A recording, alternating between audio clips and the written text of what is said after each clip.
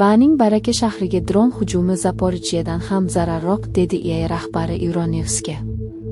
Rafael Grossi Euronews telekanaliga bergan intervyusida Baning ishlayotgan atom stansiyasiga dron hujumi Zaporijyedagidan ko'ra ko'proq xavf tug'dirishini aytdi, chunki hujum vaqtida uning reaktorlari ishlayotgan bo'lib, tonnalab yadroviy material, juda va o'ta og'ir oqibatlarga olib keladigan radiologik avariyaga sabab bo'lishi mumkinligidan ogohlantirdi. Fox News telekanali Bayning boshidan boshlovchisi Vazirlar Mahkamasi rahbari Kaliforniyada gubernator uchun to'qnashmoqda.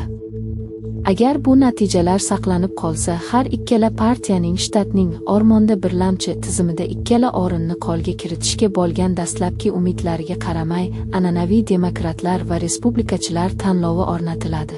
Bunda barcha birlashmalardan nomzodlar bitta ovoz berish byulletenida paydo bo'ladi va qaysi partiyadan qat'i nazar eng yaxshi ikki o'rinni egallaydi.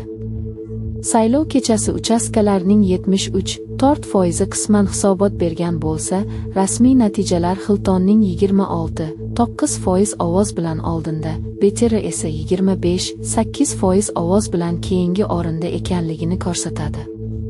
Har bir nomzod taxminan 1 million ovoz to'pladi. Beteri esa 46 million. Eron urushining 96 kuni AQSh va Eron yangi hujumlarni amalga oshirayotganda sodir bo'layotgan voqealar. Kuvayt havo hujumiga qarshi mudofaa tizimlari kelayotgan dron va raketalarni tutib olganini, Bahrayn esa ogohlantirish sirenalarini faollashtirgani bilan qo'shni davlatlarga ham tarqaldi. AQSh markaziy qo'mondonligi CENTCOM, shuningdek, Eronning bir nechta raketalari va uchuvchisiz uchoqlarini tutib olganini aytdi. Eron Islom inqilobi qo'riqchilari korpusi esa AQSh zarbalariga javoban mintaqadagi AQSh harbiy obyektlarini nishonga olganini da'vo qildi. Oxirgi voqealar urushni tugatish bo'yicha diplomatik sa'y-harakatlar bo'yicha noaniqlik davom etayotgan bir paytda yuz berdi. Eron urushi jonli, AQSh Eronning keshmini uradi, deydi Tehron Kuvayt va Bahraynni nishonga olgan.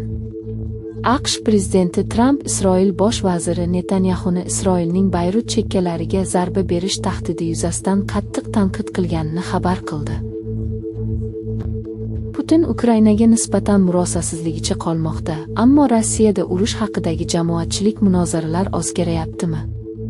Prezident Putindan mukofot olganidan so'ng, Babkina Kremldagi tinglovchilarga shunday dedi: Rossiya bizning barchamizni birlashtiradigan ajoyib, ko'p millatli genetik kodimiz tufayli hech qachon taslim bo'lmaydi. Kimki buni yoqtirmasa, borib o'zini zaharlashi mumkin. Kechirimsiz, tavbasiz va murosasiz Ukrainaga ommaviy bostirib kirishni buyurganidan beri, Kreml rahbari Rossiyaning qo'shnisiga hujum qilish qaroridan afsuslanmadi. Va bu hafta Rossiya Ukrainaga navbatdagi yirik raketa va dron hujumini uyushtirdi. Rossiyani dunyoga ko'rsatish